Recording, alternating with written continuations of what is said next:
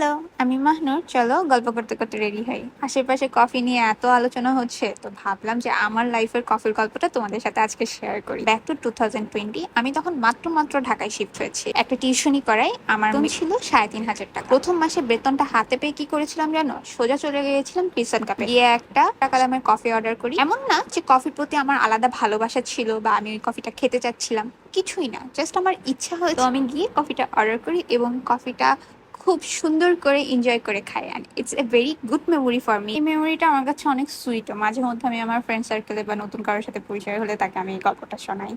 So it's not about the money, it's not about the amount. এটা আসলে কার কি ইচ্ছা, সে তার লাইফটা কিভাবে লিড করতে চাই। সো জাস্ট বিকজ অফ একটা অ্যামাউন্ট দিয়ে একটা মানুষকে ওয়াইফ ম্যাটেরিয়াল আর হাজব্যান্ড ম্যাটেরিয়াল, একটা ম্যাটেরিয়ালিস্টিক বানানো মেন্টালিটি থেকে আমাদের বের হয়ে আসা উচিত। লাইফ অনেক ছোট, নিজের শখ আহ্লাদ পূরণ করব, নিজে যেটাতে খুশি থাকবো সেটাই করব। গল্প করতে করতে রেডি হয়ে গেলাম। মেকআপ তো কেমন লেগেছে জানাও। Any queries just comment. Till then, bye bye everyone.